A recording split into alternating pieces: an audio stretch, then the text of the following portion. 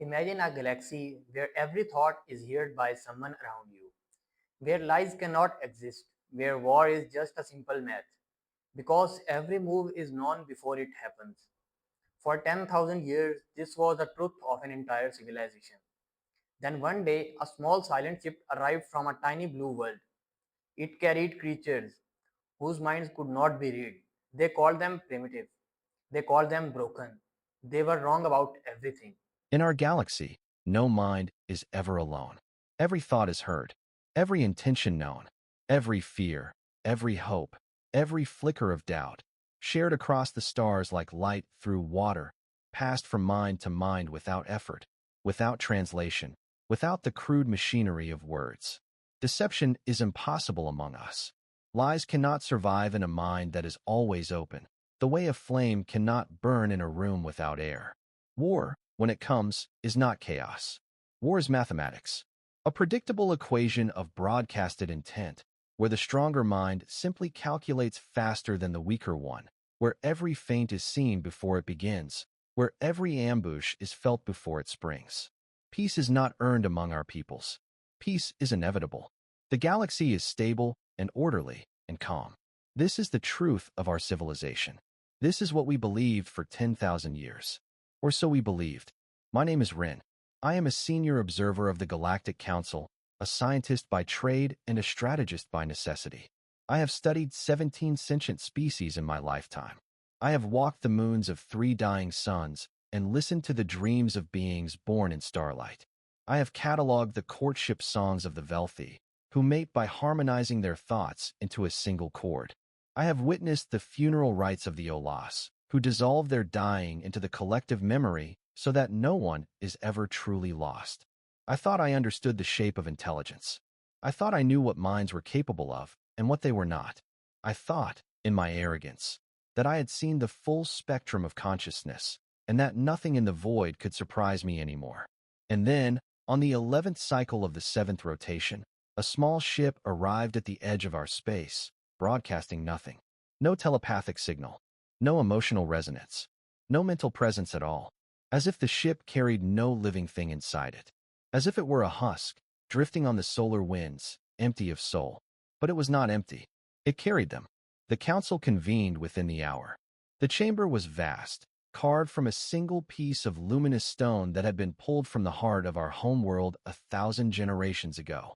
Around the central table sat the representatives of the 7 founding species, their minds linked in the silent communion that we had used to govern the stars for as long as anyone could remember. Vera, our diplomatic representative, addressed the chamber with her usual calm. Her voice was a gentle pulse in our shared consciousness, steady as a heartbeat. She spoke of a newly discovered species from a small blue planet on the outer rim.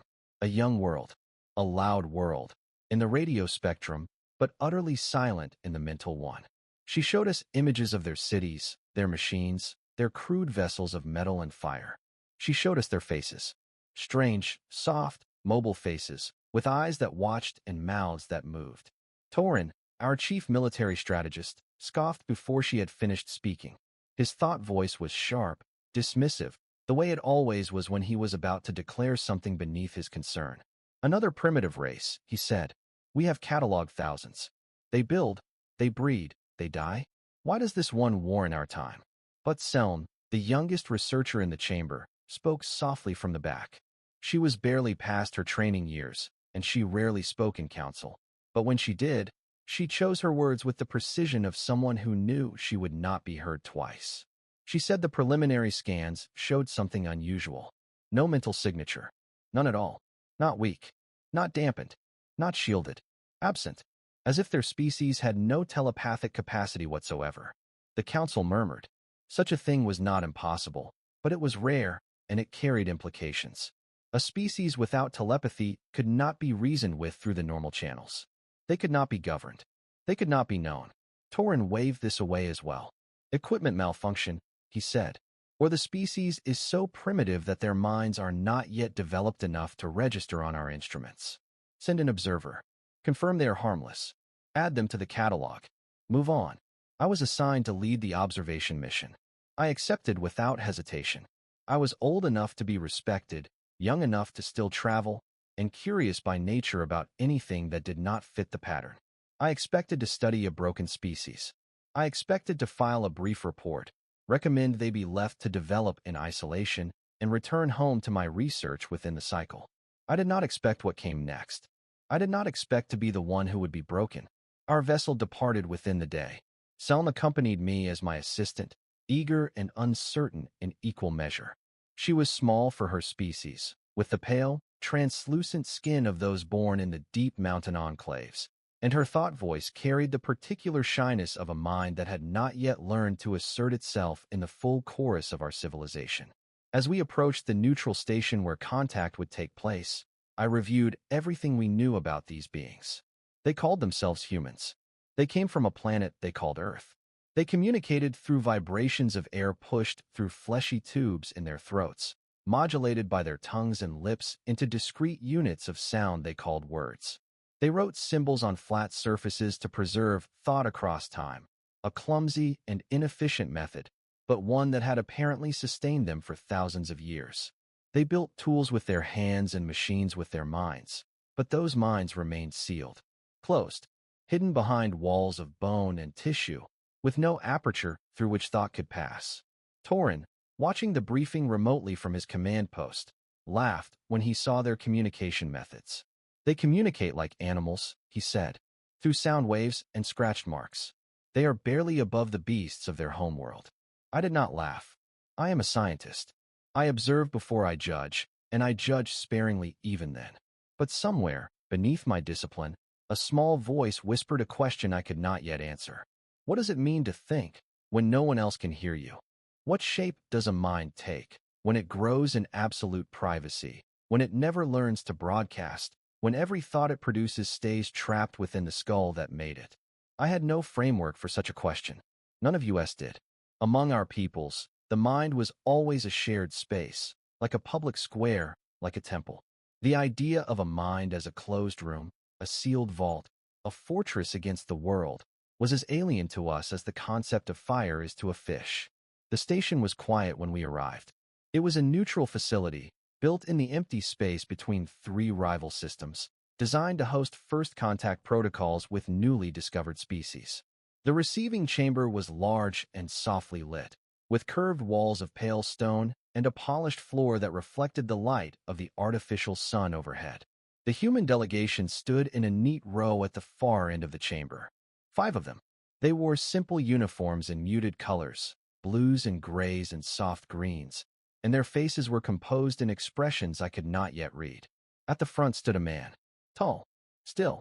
His posture was relaxed but alert, his hands held loosely at his sides, his weight balanced evenly on both feet. His eyes met mine across the room, and I felt nothing. Not the warm pulse of curiosity that comes from any thinking being upon meeting another. Not the flicker of fear, or excitement, or wariness. Just silence, as if I were looking at a sculpture carved from living stone. A sculpture that breathed, and blinked, and watched me back. A woman beside him stepped forward and smiled. She extended her hand toward us in a gesture I recognized from their cultural files. A greeting, a symbol of peace. Her name, she said aloud, was Sarah Mitchell. She was the lead diplomat of their delegation, trained in cross-cultural contact, fluent in the basic protocols we had transmitted to them in advance. The man behind her, she said, was Daniel Carter. She did not specify his role. She did not need to. Even without telepathy, I could sense, from the deference of the others, from the way they angled their bodies slightly toward him, that he was the center of their delegation. Not the leader, perhaps, in any official sense, but the center, the still point around which the others arranged themselves. I extended my own hand and let it rest in hers. Her skin was warm. Her grip was firm. And still, I heard nothing. I reached out with my mind. Gently at first, the way one reaches toward a sleeping child. I expected to feel the rush of her thoughts, the cascade of impressions that always floods a telepathic contact. Her name in her own voice. The shape of her childhood. The texture of her hopes. The small private worries that every mind carries, like coins jingling in a pocket. I felt nothing. I reached further, harder, focusing all my attention into the contact, casting my consciousness outward like a net into deep water. Still nothing. It was like reaching into deep space, into the cold void between stars, where no signal travels and no echo returns. There was no resistance. There was no shield. There was simply nothing there to find. As if the woman in front of me, whose hand I held, whose eyes I could see, was not present at all on the level where minds met minds. Selm gasped beside me. Her thought voice was barely a whisper in our shared channel. There's nothing there, she said. I cannot find them at all. Torin's voice cut in through our private channel from the ship in orbit above. Confirmed, he said. They are mentally hollow. As we suspected. Catalog them and let us be done with this. I should have agreed. I should have logged the observation, completed the formal protocols, and moved on. Instead, I looked at Daniel Carter. He had not moved. He had not spoken, but his eyes were watching me with a patience I did not understand. There was something in the quality of that watching, something attentive, something measuring, that did not match the empty space where his mind should have been. And I felt, for the first time in my long career, that I was the one being studied, that I was the specimen on the table, that the humans, in their silence, were learning more about us than we were learning about them. Sarah Mitchell spoke again. Her words came slowly, carefully, each one shaped by her tongue and lips with deliberate effort. We are pleased to meet you, she said. We hope this is the beginning of a long friendship between our peoples. We have come in peace, and we look forward to learning from you and sharing what we have to offer in return. The words were exhausting to listen to. So slow, so imprecise. A telepathic exchange of the same meaning would have taken less than a heartbeat and carried 100 layers of nuance. The hope behind the words, the wariness beneath the hope, the history of the speaker condensed into an instant so that we would understand not just what she said, but who was saying it and why. Here, in this chamber, we waited for each syllable to arrive like travelers crossing a desert on foot, step by step, word by word, with nothing between the words but air and the small movements of her face. Marcus Reed, the military officer of their delegation, stood silent at the back. He had not spoken once. His eyes moved across our faces, our postures, our equipment, in a steady scanning pattern that I recognized from our own military training. He was cataloging us, counting us, measuring our defenses. Without telepathy, he was relying entirely on what he could see, and he was seeing more than I would have thought possible. Every detail, every angle, every weakness. The youngest of them, a man called Ethan Brooks, made a small sound that I later learned was called a laugh. He had said something the others found amusing, some small joke whose meaning was lost on us entirely. We did not understand it. Without the emotional broadcast that accompanies humor among our kind, the joke was just a string of words with no resonance, no warmth, no shared recognition. Ava Collins, their pilot, watched the laugh and smiled. The smile did not reach her eyes. I noted that. I did not know yet what it meant. That evening, back aboard our vessel, Selm came to my quarters with a question she could not stop asking. Their faces, she said. Did you see their faces? They showed expressions that did not match their silence, as if something was happening inside them, something we could not feel. The diplomat smiled, but there was tension in her shoulders. The pilot smiled, but her eyes were cold. The young one laughed, but the laughter did not warm the room. I do not understand how to read them, Rin. I do not understand what they are doing. I told her she was imagining patterns where none existed. They are simply incomplete, I said. A species that never developed proper communication. Their expressions are vestigial, like the wings of flightless birds. Decorations left over from some earlier evolutionary stage, with no real meaning behind them. She nodded, but she did not look convinced. And as she left my quarters, I found myself replaying the moment I had looked into Daniel Carter's eyes. The patience there, the watching, as if he had known exactly what I was trying to do, as if he had decided, calmly and deliberately, to let me find nothing. The seed was planted. I did not yet know it would grow. So here is where we stand. Ryan, a senior observer who has studied 17 sentient species, came to meet humanity expecting to find another simple race. Instead, he found Daniel Carter, a man who watched him in silence, a man whose mind felt completely empty. But Ryan has just realized something chilling. Daniel didn't fail to share his thoughts. Daniel chose to hide them. And this is only the beginning, because what these humans are about to do at the strategy tables, the negotiation rooms, and the combat simulators will shake the foundations of an entire civilization. The humans agreed to participate in cognitive studies. This surprised us. Most species we encounter resist being measured, classified, examined. They feel exposed. They feel reduced. The humans did not. They volunteered.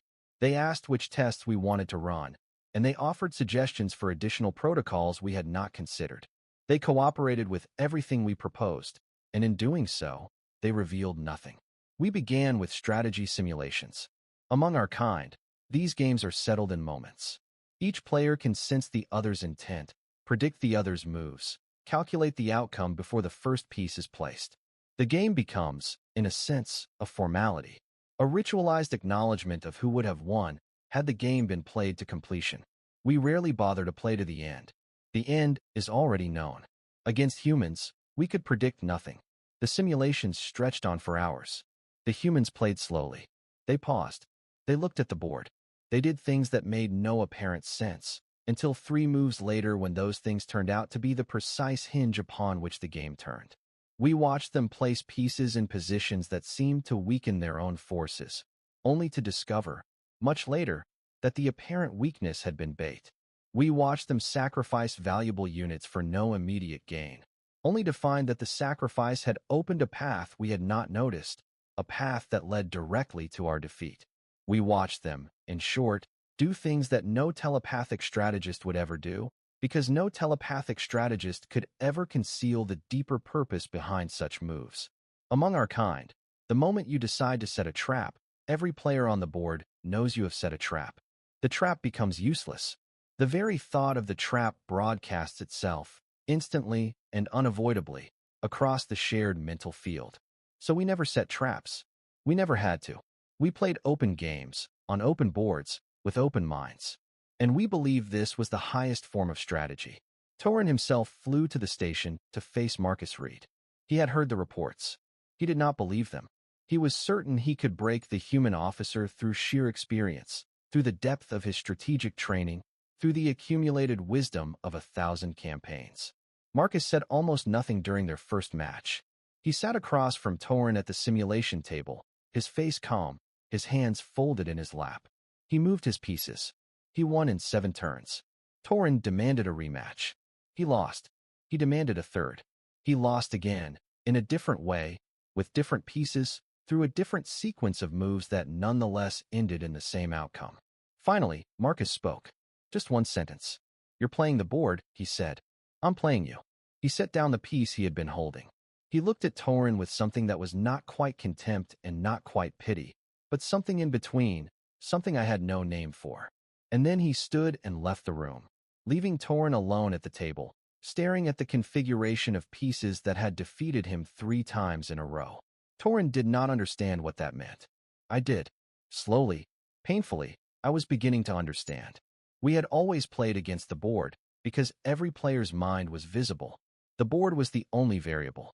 Among us, strategy was geometry, pure spatial reasoning, the arrangement of forces in space, optimized through shared calculation. But Marcus was playing something else entirely.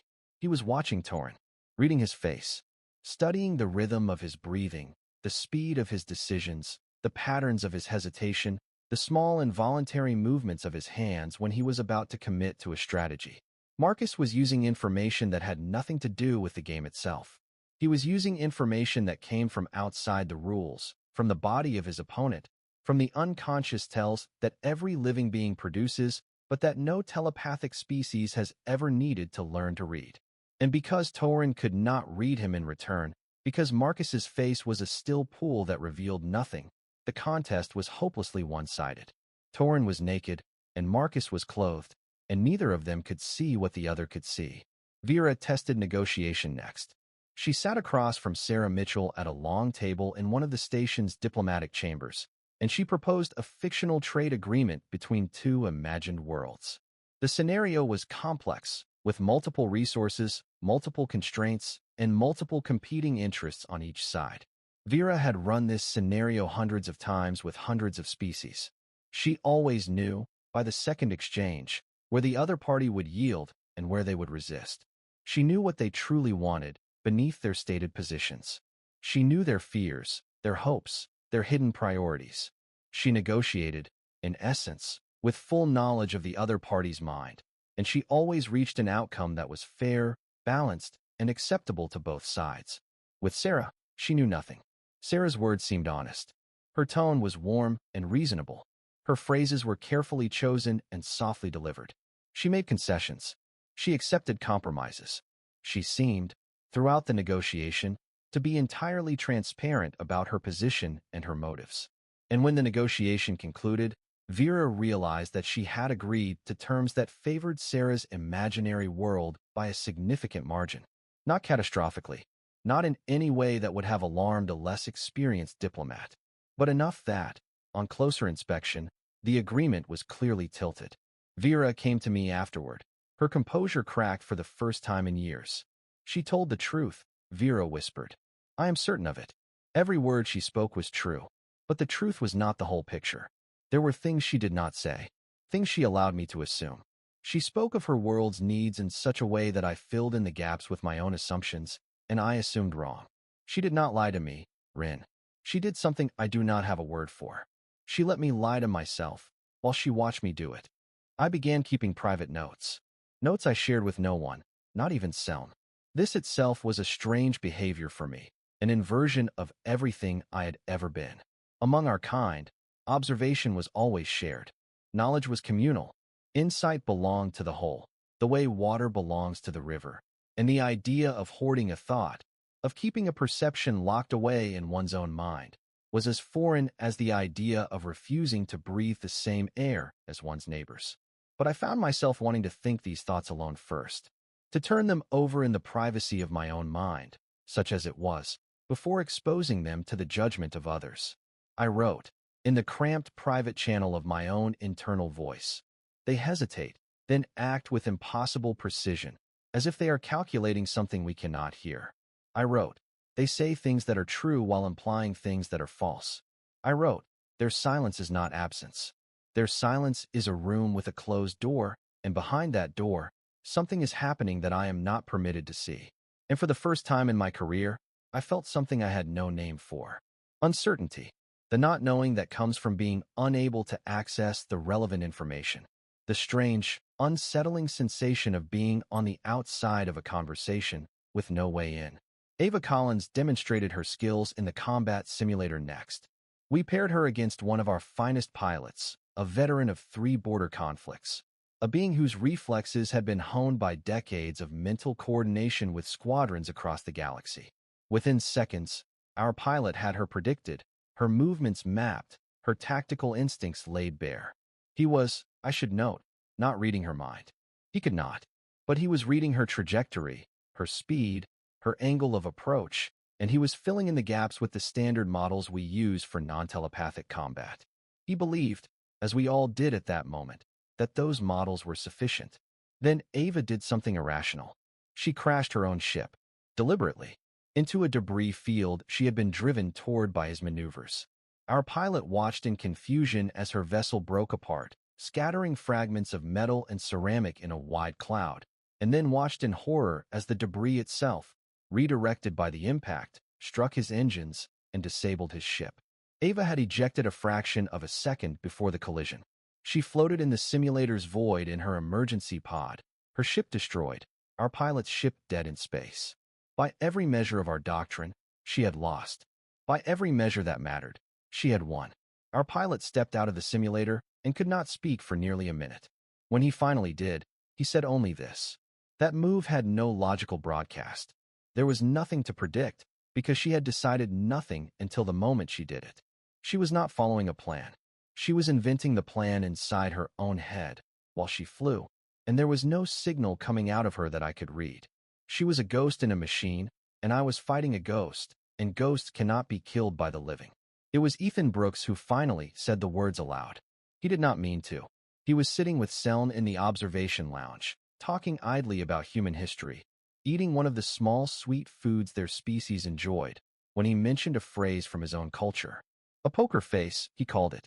Seln asked him what that meant, in the curious, sideways way she had of asking about human concepts, as if she was always expecting to be slightly disappointed by the answer. Ethan smiled, the kind of smile that humans use when they are about to share something they find amusing, something they find clever, something that delights them about their own species. It's when your face says one thing, he said, and your mind says another. You make your face look calm while your thoughts are racing. You make your face look confident while you are terrified inside. You learn to control what others can see while keeping what you actually feel completely hidden. It is a skill, he said. We teach it to our children in small ways. We learn it by playing games with each other. It is one of the most useful things a person can learn. Selm did not laugh. She did not smile. She froze. Every part of her went still, the way prey animals freeze when a predator passes nearby. And then, very quietly, she stood up and walked out of the lounge, and she came directly to me. Her thought voice, when she finally spoke, was trembling. She told me what Ethan had said. She told me the exact words. She asked me, with a kind of desperation I had not heard from her before, whether such a thing could be possible. Whether a being could truly produce expressions on its face that did not match the thoughts in its mind. Whether deception could be that complete, that conscious, that practiced. I tried to dismiss it as metaphor. A figure of speech, I said. They cannot literally do such a thing. It is an exaggeration, the way our species sometimes speaks of carrying mountains in our hearts. We do not literally carry mountains. They do not literally make their faces lie. Even as I spoke the words, I knew they were a lie I was telling myself. A lie I was telling Selm, to spare her, to spare myself, to keep the foundations of our world from cracking any further beneath us. I closed my eyes when she had gone, and I replayed every interaction I had ever had with Daniel Carter. Every pause before he spoke, every micro-expression that flickered across his face, every word that almost, but not quite, matched the situation. Every silence that felt deliberate rather than accidental. Every smile that did not reach his eyes, in the way Ava's smile had not reached hers, in the way Sarah's warmth had been so perfectly modulated to disarm without revealing. My hand began to tremble. I had not trembled in 40 years. I had stood at the edge of a collapsing star and felt no fear, because I knew that the patterns of collapse were predictable, and that I was at a safe distance, and that nothing in the universe could surprise me if I had calculated correctly. I had watched a fleet burn in the void during the Velthi Succession War and felt no panic, because I could feel every dying mind reaching out, and I knew their pain, and I knew the war would end within hours. But sitting in my quarters, replaying the calm gaze of a man whose mind I could not enter, whose face I could not trust, whose words I could not verify, I was afraid. I was afraid in a way I had never been afraid before.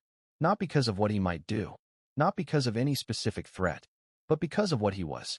Because his existence implied a kind of being that I had not believed possible, a kind of being whose interior life was sealed away from me forever, and who could, if he chose, walk among us as a wolf in the shape of a friend, and we would never know. I requested a private audience with Daniel Carter that evening. We sat across from each other in a small chamber, just the two of us. The room was modest, lit by a single soft lamp, with 2 chairs and a low table between us. He waited. He always waited. He never filled silence the way others did, with small talk or polite gestures or nervous adjustments of his clothing. He simply sat and watched and let the silence unfold. I had prepared questions. I had prepared protocols. I had prepared the careful, measured approach of a senior scientist conducting an interview. When the moment came, I asked none of those questions. I asked the question I had not been able to stop asking, the question that had been growing in me since the first moment our hands had touched on the receiving floor. What are you thinking? I said. Right now? In this moment. He considered me for a long time before he answered. The silence between us was thick and uncomfortable and entirely his to control. I could not read him. I could not push him. I could only wait, the way he had been waiting for me, all along. And when he did finally answer, he smiled. A small, careful smile that gave away nothing. The smile of a man who had been asked this question before by other beings on other worlds and who had developed, over the course of many conversations, the perfect response. Whatever I want you to believe I am thinking, he said. I did not respond. There was no response that would have meant anything. Anything I said would have been a continuation of the game he had just acknowledged he was playing. So I simply nodded, slowly, and rose to leave. As I reached the door, I turned back. He was still watching me. And I understood, with a clarity that felt like cold water, that he had been studying me from the very first moment our hands touched on the receiving floor, that he had let me find nothing because he wanted me to find nothing, that every interaction between our peoples had been a one-way mirror, and we had been the ones reflected, the ones revealed, the ones known, while they remained, always, on the other side of the glass, watching us, learning us, reading the language of our minds, which we had foolishly believed was a language only we could hear. The Krell came 3 days later. They came without warning, because Krell warfare relies on overwhelming the telepathic field with raw aggression. Drex, their commander, had built his reputation on broadcasting his fury so loudly that enemy minds collapsed beneath the weight of it. He did not strategize. He did not maneuver. He simply roared across the mental field and dared his enemies to withstand him, and for centuries, no one had. He attacked one of our outer outposts, a small research station with a token defensive force, and our forces responded, and within hours, the casualties were mounting faster than we could process them. The dying minds reached out as they faded, as is our way, sharing their final thoughts with the network so that nothing would be lost. But there were so many of them. Too many. The grief of one death is bearable, sometimes even beautiful, because it reminds the living of what they share. The grief of 100 deaths in an hour is something else. It is a flood. It is a drowning. Traditional telepathic warfare was failing. Drex was too loud, too confident, too prepared for everything we knew how to do. He had studied our methods for years, and he had built his army to exploit our greatest weakness, which was, I now understood, our greatest strength turned against us. Our shared minds amplified our coordination, but they also amplified our pain. Every soldier's terror became every other soldier's terror. Every loss became every loss. Drex was not just attacking our outpost. He was attacking our entire civilization by making us feel, all at once, what was happening at the front line. Vera called an emergency council session. Her face, when she addressed us, was gray with the effort of containing her own grief, because she could feel every dying mind on that outpost as it went silent. She had served with some of those soldiers. She had known their families. She had felt their thoughts in the network for years, and now she was feeling them go out, one by one, like lights being switched off in a house she had loved. She proposed something that would have been unthinkable a week before. She proposed bringing in the humans. Torin objected immediately, violently. We cannot trust beings whose minds we cannot see, he said. We do not know their intentions. We do not know their loyalties. We are weakened, and they are an unknown. And to invite an unknown into the heart of our crisis is to compound disaster with disaster. They could turn on us. They could betray us mid-battle. They could learn our weaknesses and sell them to our enemies. We have no way to verify any of this. We have no way to know what they will do until they have already done it. To bring them into our wars is madness. Vera looked at him for a long moment before she answered. Her voice, when she spoke, was very quiet. That is exactly why we need them, she said. Drex can hear us. He cannot hear them. Everything that makes them dangerous to us is also what makes them invisible to him. We cannot defeat him by being more transparent.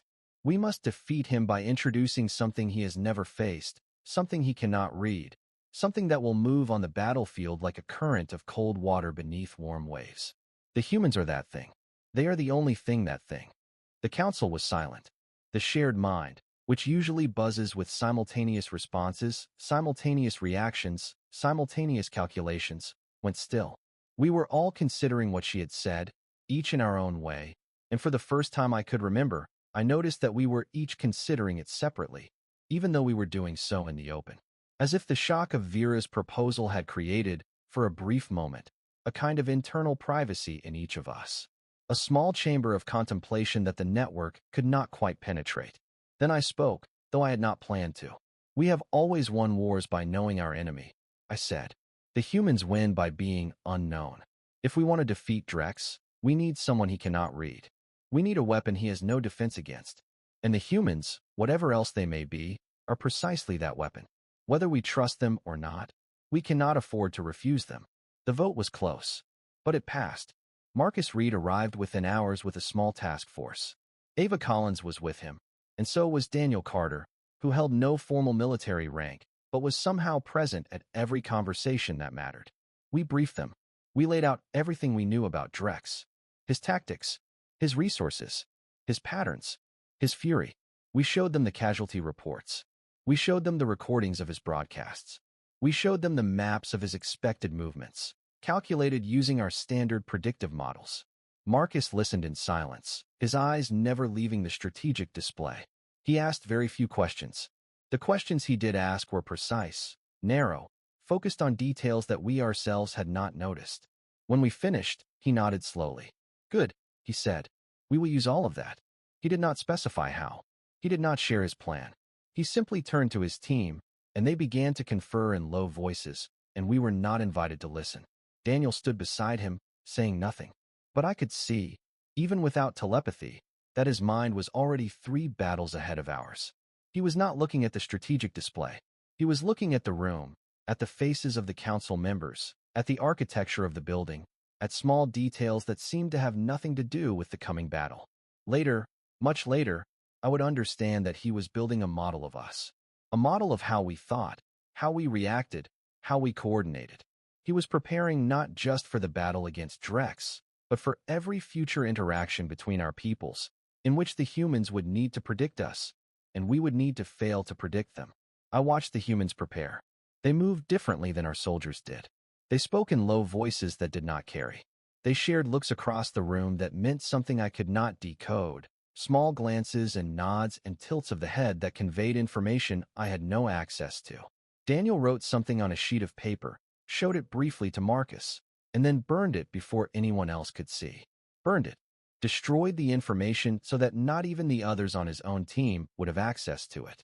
This was beyond anything I had imagined. They were hiding things even from each other. Selectively. Deliberately.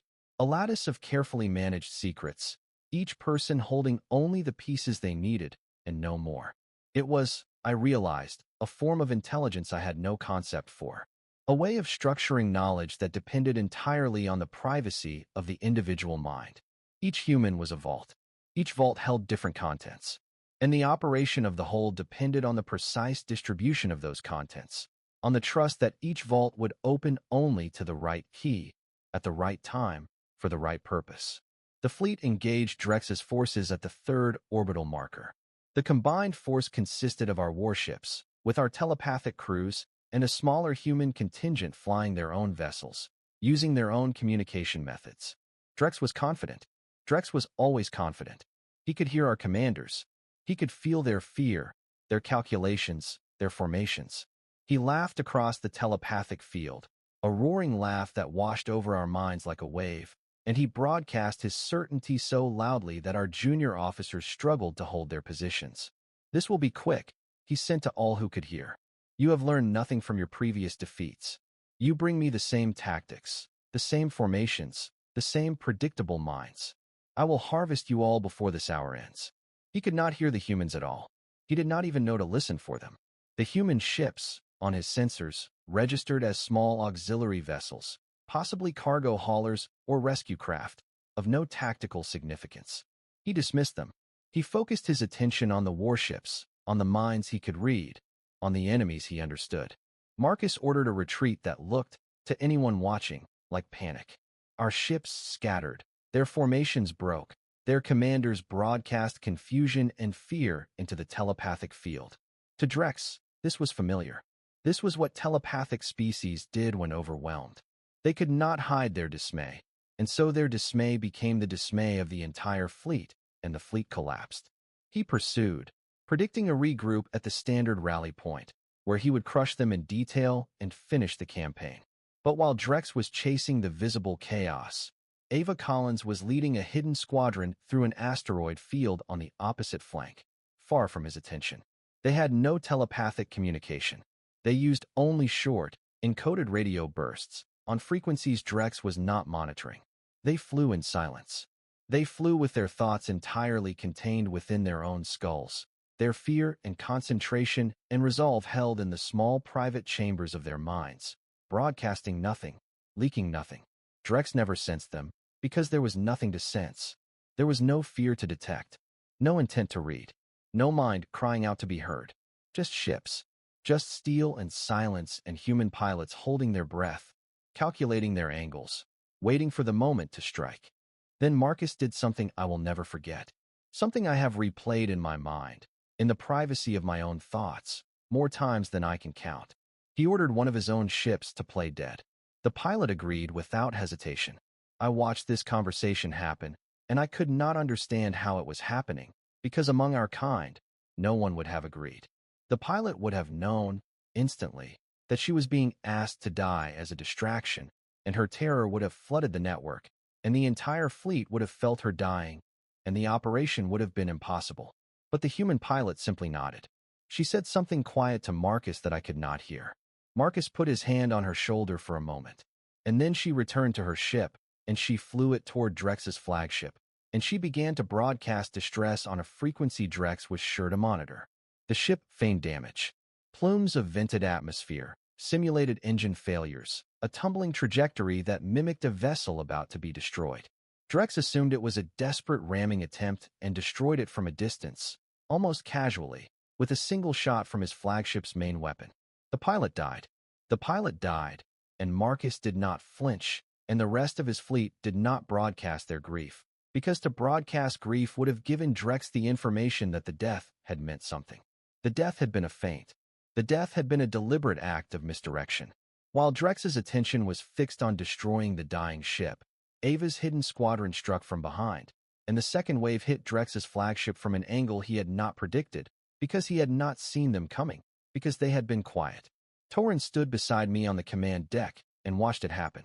His face was the color of old bone. He sacrificed his own, Torrin whispered, to mislead the enemy. We would have known. We would have felt the pilot's fear. We could not have done it. He was right. We could not have done it. Among our kind, every soldier's terror is shared by every other. To send one to die as a distraction would mean drowning every mind in that final moment. It would be impossible, unbearable. The grief alone would have shattered our fleet's coordination. The humans had done it because they could keep that final moment private. Because the dying pilot's last thoughts had belonged only to her. Because her fear, her hope, her final memories, her last prayers if she had any, had stayed in the small sealed chamber of her own mind, and had died with her, and had not contaminated the operation. Her death was a gift to her comrades, and the gift was wrapped in the silence of her own consciousness, and no one but she had known what was inside it. Take a moment. What you just witnessed changed everything. The Krell warlord Drax was winning a war by drowning telepathic minds in his rage. Then Marcus Reed ordered one of his own pilots to play dead, a real death, a real sacrifice. Her final fear, her final thoughts stayed logged inside her own mind. No telepathic species could have done this. The shared grief alone would have shattered them. But humans grieve alone, they die alone, and from that loneliness, they built a weapon nothing in the galaxy could stop. The biggest revelation, however, is still coming, because Daniel Carter is about to tell Ryan a secret that will change everything. Drex broadcast his rage as his flagship began to break apart. He demanded to know how the humans had hidden their plans. He reached out with his mind, lashing across the battlefield, trying to find Daniel Carter, trying to grasp the architect of his defeat. He found silence. Pure, perfect silence. The kind of silence that exists between stars, where no signal travels, where no mind has ever been. Drex's flagship was destroyed before he had time to understand what had happened to him. The Krell forces, leaderless and confused, broke and fled. Their telepathic coordination, which had been their greatest strength, became their greatest weakness, because the panic of one became the panic of all, and within minutes, the entire Krell fleet was a routed mass of broken minds, retreating in disarray toward the edge of our space. The battle was over. I walked through the command deck in the aftermath. Smoke drifted in the artificial light. Reports of casualties scrolled across every display. The humans had lost some.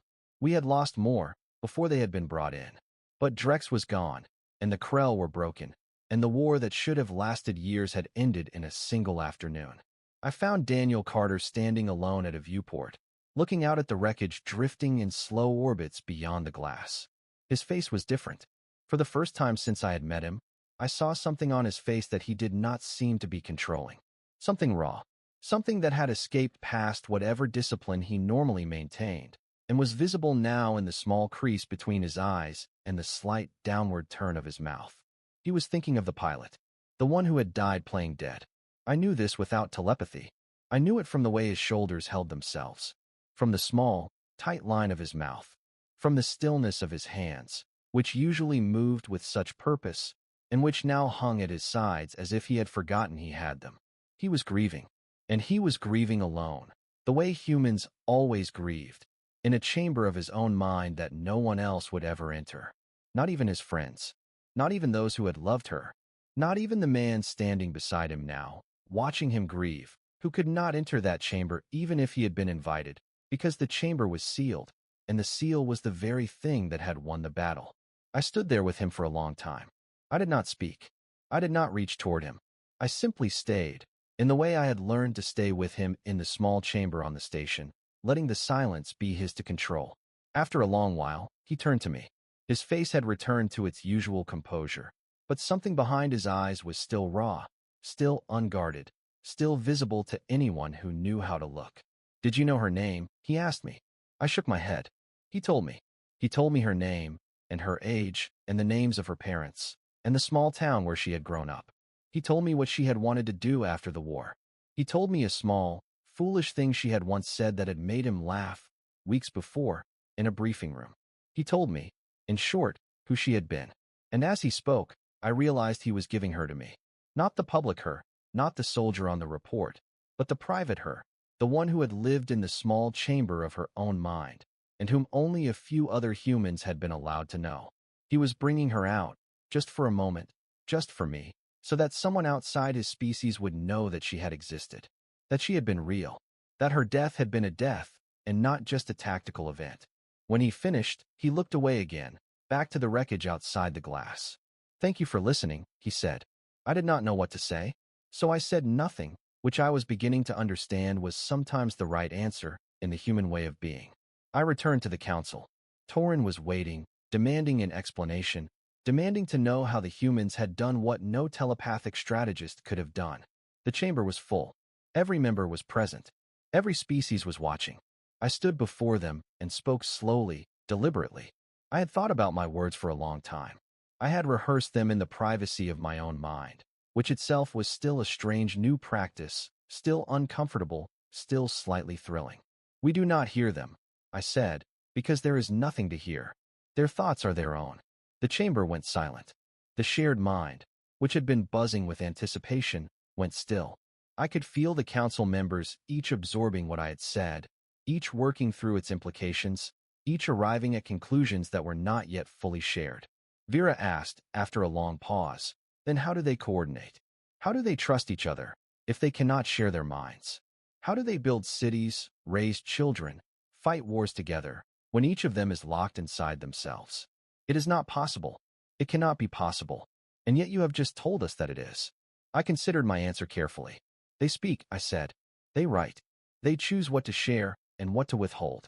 They develop, over the course of their lives, an entire elaborate system of signals and signs and stories by which they convey, imperfectly but persistently, what is happening inside them. And in that choice, in that constant negotiation between what they show and what they hide, they possess something we have never possessed." Torin's voice was barely above a whisper. "What?" I looked at him. "Privacy," I said. "And with privacy comes the power to deceive, the power to surprise, the power to choose your own thoughts, to develop them in solitude, to cultivate them in the dark, to bring them out only when they are ready, only when you wish to bring them out. And from privacy comes individuality. Each one of them is a world we cannot enter.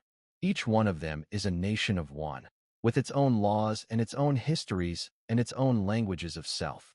And worlds, Torin, are difficult to conquer. Nations are difficult to predict. We have ruled this galaxy for 10,000 years because every mind in it was open to us. Theirs are not. And we will have to learn, all of us, to live with that fact." I met Daniel one final time before the human delegation departed. We sat together in the same small chamber where I had first asked him what he was thinking. The light was the same. The chairs were the same. But everything else had changed. I asked him a different question this time. "Could you have done all this," I said, "without hiding your thoughts?" He considered me. He always considered me. as if every question I asked was being weighed, measured, sorted into categories I could not see. No, he said finally. We win because we are alone in our heads. It is our oldest weapon, and our oldest pain. Pain, I repeated. I had not expected that word. He nodded slowly. You have never been lonely, Rin, he said. Not the way we are lonely. You don't know what it costs us to be unknowable. Every human child is born into a silence no one else can hear. They cry, and they are comforted, but the comfort never reaches all the way in, because no one can reach all the way in. We spend our whole lives trying to bridge that silence with words, with art, with love. We write poetry. We compose music. We tell each other stories, again and again, hoping that one of them will finally land in such a way that another human mind will, for a moment, truly understand. Sometimes we succeed. Mostly we fail. We are always, in the end, alone with ourselves. And from that loneliness, we have built every weapon and every wonder our species has ever made. Every cathedral, every symphony, every poem, every science, every act of cruelty, and every act of grace. All of it comes from the same source, from the small sealed chamber of the individual mind, reaching out into the dark, trying to be heard. He paused. He looked at me, and his eyes were, for the first time, truly readable. Not because he was broadcasting anything, but because he was choosing to show me what was there. Do not envy us, he said. Just understand us. We are not better than you. We are not worse. We are different. And the difference is not a triumph. It is a wound that has, over time, become a strength. But it began as a wound. It has always been a wound. Do not forget that, when you tell our story to others. Selm found me afterward, in the observation lounge where Ethan had once spoken the words that broke my certainty. She sat beside me without speaking for a long time. The artificial sun was setting outside the great window, painting the room in shades of gold and red, in the way the humans' homeworld apparently colored its evenings. We had built the lounge to make them feel at home. They had thanked us politely. I did not know if it had worked. I was beginning to suspect that I would never know if any of my efforts to understand them had truly worked, because their gratitude, like everything else about them, was filtered through a layer of choice that I could not see past. Then she asked the question I had been asking myself. Should we be afraid of them? I thought about it carefully. I thought about Daniel's grief, hidden behind his eyes. I thought about Ava's deliberate crash, executed in a moment of decision no one else could share. I thought about the pilot who had died playing dead, alone in her mind in her final breath, surrounded by silence she had carried with her into death. I thought about Sarah Mitchell's careful negotiations, and Marcus Reed's silent victories at the strategy table, and Ethan Brooks's small joke about poker faces that had cracked the foundation of my world. We should respect them, I said. Fear comes only if we forget what they are capable of. Respect comes when we remember what it costs them to be that way. They are not our enemies, Selm. They are not our friends, either, not yet, and perhaps not for a long time. They are something we have not had a word for. Something we will need to invent a word for. Something that walks among us now, and that we will have to learn to live alongside. Because they are here, and they are not leaving, and the galaxy after them will not be the galaxy that came before. The Council voted to formally accept humans as allies. New protocols were drafted. For the first time in our history, we had to learn how to negotiate with beings who could lie to us. We had to develop concepts we had never needed. Trust without telepathic verification. Faith without mental confirmation. Belief in what someone says, simply because they say it, without the ability to look behind their words and see whether the words are true. These were difficult lessons. Many of us could not learn them. Torin was one of those who could not. He resigned his position within the year and retired to a small moon, where he lived among others of his generation who could not adapt. They built a small enclave there, a community of those who refused to deal with the humans, who refused to participate in the new diplomatic structures, who insisted that the old ways were the right ways, and that the galaxy should return to what it had been. They were not unhappy, I am told. They simply chose a smaller life, in exchange for the comfort of living it among minds they could fully read. I visited Torin once, years later, on that moon. He was older. He had grown thin. He spoke of the old battles with affection, and of the humans with a careful neutrality that I recognized, with some amusement, as a thing he had probably learned from them without realizing it. He asked about Daniel. I told him Daniel was well. He nodded and said nothing more, and I left. Vera began studying human languages, slowly and methodically, the way a child learns. She developed, over the years, a remarkable facility with their words, and eventually became one of the foremost diplomats in the new era of relations between our peoples. She told me once, in a private moment, that she had come to find their languages beautiful. There is something in the imprecision, she said. Something in the way they reach for meaning and almost grasp it, but not quite. We always grasp meaning fully, instantly, completely. They never do. And in that gap between what they mean and what they manage to say, there is an entire art form, an entire civilization. 1,000 poems written about the impossibility of writing the poem they actually meant to write. I asked her if she envied them. She thought about it for a long time, and then she said no. But I admire them. I admire them more than I have ever admired anyone. Selm, my young assistant, did something stranger still. She began to keep a journal, a private journal, words written down and shared with no one. She told me, once, that she found it comforting, that there was something peaceful about a thought that belonged only to herself. I did not respond, but I understood. The humans had given us something we had not asked for. They had given us the gift and the burden of an inner life. Some of us refused the gift. Some of us were afraid of it. But some of us, like Selm, found that we had been hungry for it all along, without knowing what we were hungry for. We had lived our entire lives in a great choir, and we had loved the choir, and we had believed it was everything. But Selm, sitting in her quarters at night, writing words that no one else would ever read, was discovering that there was also a music in being alone with oneself. A small, quiet music, audible only to her. A music she had not known she could make. I saw Daniel Carter one last time, in a quiet moment, weeks after the battle. He was meditating alone in a small garden the station had built for the humans, a place where they could be among the living plants of their distant homeworld. The garden was small, but carefully tended, with grass and flowers and a small artificial stream that wound between the beds.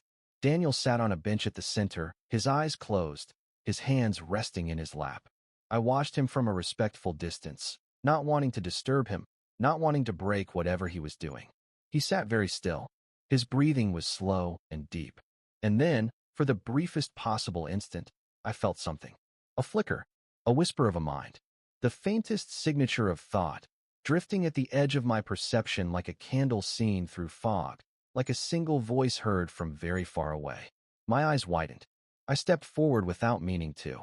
The signal vanished as soon as I reacted to it, as if he had felt me feel it and had immediately closed the door he had briefly opened. Daniel turned slowly and opened his eyes, and he smiled at me. "You felt that," he said. It was not a question. I could not speak. He stood and walked toward me, calm as he had always been, his bare feet silent on the artificial grass. "We learned," he said softly. "We have been learning since we arrived. Your minds are not so difficult to mimic once you understand the principle. We could speak to you, if we wanted. We could share, if we chose. Some of us have practiced enough to do it well. Most of us could do it adequately, with effort. It is not as hard as you might think, once you have studied your kind for a few years. But why, I asked? Why have you not? Why would you hide this? You could have spoken to us this entire time. You could have closed the gap between us. You could have made us trust you in a way that words can never do. Why would you choose this distance?" He looked at me with something like sorrow. "Because the moment we share our thoughts," he said, "we lose what makes us us. Once we open that door, we cannot close it again. Not really. The habit forms quickly. The boundary erodes. Once our minds belong to the network, they no longer belong to ourselves. We have spent 10,000 generations becoming ourselves, becoming individuals, becoming the kind of beings who can carry an entire universe in the privacy of their own skulls. We are not ready to give that up. We may never be ready. We may, as a species, have decided that the cost is too high." He paused. "We do not say this to your faces, because it would be insulting to your way of life. But among ourselves, we have discussed it for centuries. And the consensus, so far, is that the inner life is worth preserving, even at the cost of the connection you offer, even at the cost of being misunderstood by those who could understand us, if only we let them." He placed a hand gently on my shoulder. It was the first time he had touched me since our handshake on the receiving floor, all those weeks ago. "Be well," Rin, he said, take care of yourself. And take care of your young researcher, the one with the journal. She is becoming something interesting. Watch her grow. And then he walked away, across the garden, between the flowers, until he passed through the door at the far end and was gone. I stood in that garden for a long time after he left. The artificial sun cast long shadows across the grass. Somewhere in the distance, I could hear the soft murmur of other minds, the constant background of my civilization, the choir that had sung beneath my thoughts since the day I was born. For the first time in my life, I noticed it. I had never noticed it before, because it had always been there. Like the air, like gravity, like the sound of my own heart. Now I noticed it, because for an instant, in a small garden on a station orbiting a distant star, I had felt what it was like to be alone in my own head. I had felt the silence the humans lived in. I had felt the small, sealed chamber that each of them carried with them everywhere they went. And I had felt, beneath the strangeness, beneath the loneliness, beneath the loss of the great chorus that surrounded me always, I had felt a fragile and terrifying kind of freedom. I did not stay alone for long. The chorus reasserted itself within seconds, and I rejoined it gratefully, and I told myself I had imagined the silence. But I had not imagined it. I knew that. I had felt it, briefly, and a part of me, a small new part, would never quite forget it. I am old now. Older than I was when this began.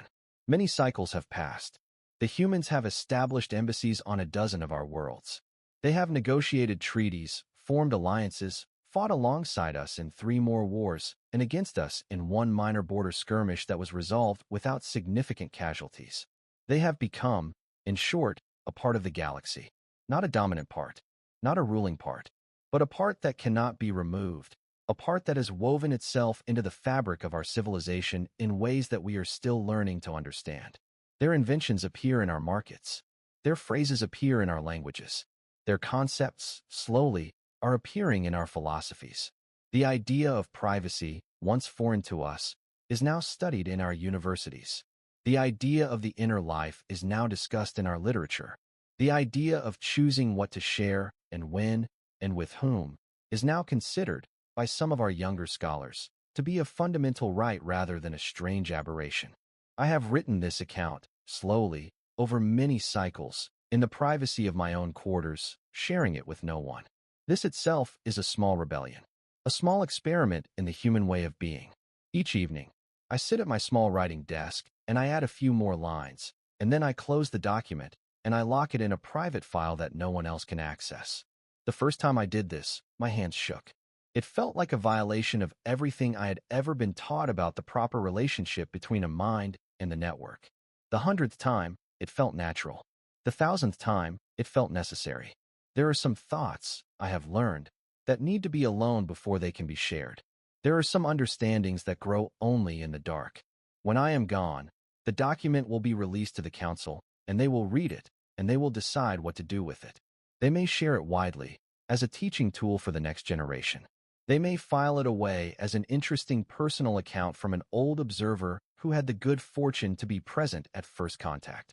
They may, possibly, ignore it entirely, in favor of more authoritative versions of the same events. I do not know. I do not need to know. The decision will not be mine. But until then, it is mine. These are my thoughts, and mine alone. I find that I do not want to share them yet. I want to hold them a little longer.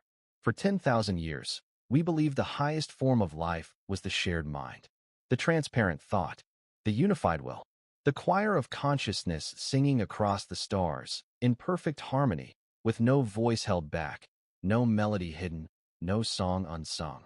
We believed we had reached the summit of evolution, and that all other forms were lesser things, broken things, climbing toward the place we already stood. We looked down on the silent species, the ones who had never developed telepathy, and we pitied them. We thought they were missing something essential. We thought they were less alive, less complete, less real. We could not have been more wrong. Then a quiet species came from a small blue world. They did not shout across the stars. They did not broadcast their hearts. They spoke with their mouths, and they kept their souls behind their eyes, and they walked among us as ghosts in a house full of light. We thought them broken. We were wrong. They were not less than us.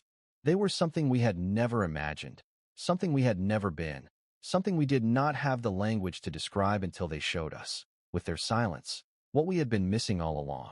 They were not missing the thing we had.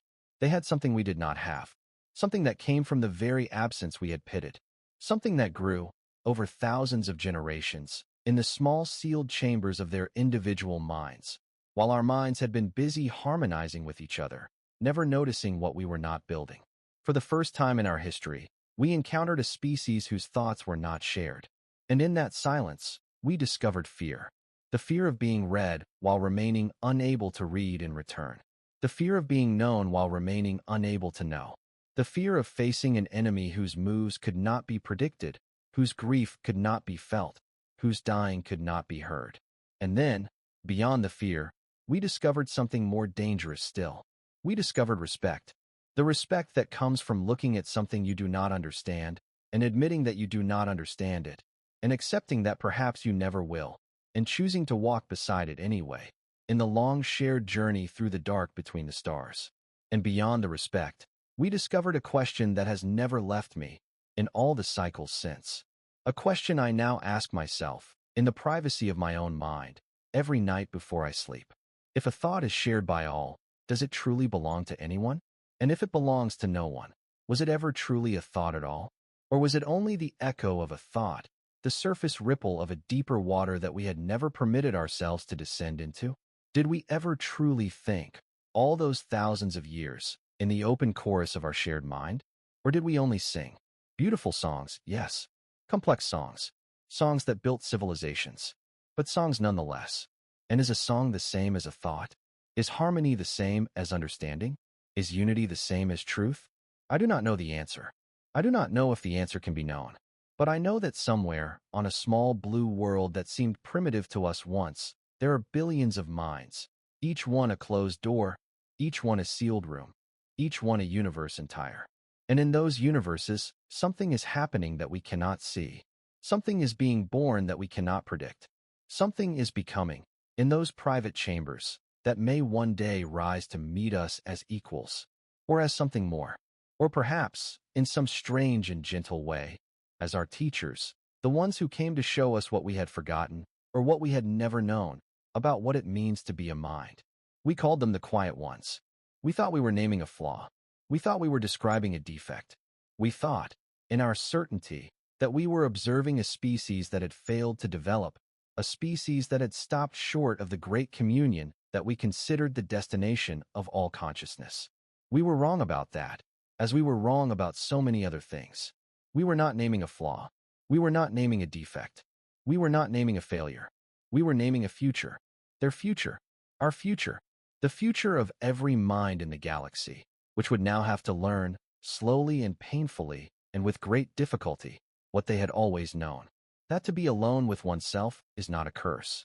That to think in private is not a deprivation. That the small sealed chamber of the individual mind is not a prison, but a garden. And that in that garden, in the silence we had once pitted, the most extraordinary things can grow. I am tired now. The evening has come. The artificial lights of my quarters are dimming, in the way I have programmed them to dim, in the way that pleases me, in the small private aesthetic that I have developed over the years, and that belongs only to me. I will close this document soon. I will lock it in its private file. I will sit for a while in the quiet, and I will think, and the thoughts will be mine alone, and no one in the galaxy will hear them. And that, I have come to understand, is not a loss. It is a gift, the gift the humans gave us, without meaning to, simply by being what they were. Simply by walking into our bright, noisy world, and bringing with them, like a single candle carried into a room full of suns, the small precious flame of their own silence. We did not know we needed that flame. We do now. Good night, Daniel Carter, wherever you are. Good night, Sarah, and Marcus, and Ava, and Ethan. Good night. The pilot whose name I have not written here, because she belongs to Daniel's memory and not to mine, and some things should remain in the chambers of those who knew them best. Good night, the small blue world, spinning in its distant orbit, full of minds that have always been alone and have built so much from that loneliness. Good night, Selm, in your quarters with your private journal, learning to be a person in a way our species has never been before. Good night, Vera, with your beautiful imperfect human languages. Good night, Torin, on your small moon among the old ways. May your peace there be enough. And good night. Finally, to the galaxy I was born into, the bright, loud, singing galaxy, the galaxy of the open mind. You are still there. You are still beautiful. But you are not the only galaxy now. There is another galaxy growing inside you, a quieter galaxy, made of small private chambers and the soft whispered thoughts of beings learning, for the first time, what it means to be alone. It means many things, I have learned. But mostly, in the end, it means that we are each, every one of us, more than we knew we were, and that the universe is larger than we knew it was, and that the stars, which we believed we had mapped completely, still hold rooms we have not entered, rooms whose doors are closed, rooms whose contents are sealed, rooms in which something, even now, is becoming. I close the document. I lock the file. I sit in the quiet. And for the first time in my long life, I am content to be alone with my own thoughts. Good night. And so the story ends, not with a battle, but with one old observer sitting alone in his quarters, writing thoughts no one else will ever hear, and finally finding peace in his silence. Think about what Daniel revealed in that garden. The humans could speak mind to mind. They had learned how. They simply choose not to, because once that door opens, the self begins to disappear. Their loneliness was never a flaw, it was the price of being someone. Every poem, every song, every act of love and courage on earth grew in the small sealed chamber of one human mind, reaching into the dark, hoping to be heard. So, tonight, when you lie down with your own thoughts, remember this: the silence inside your head is not a prison, it is a garden. And in that garden, the most extraordinary things grow. Thank you.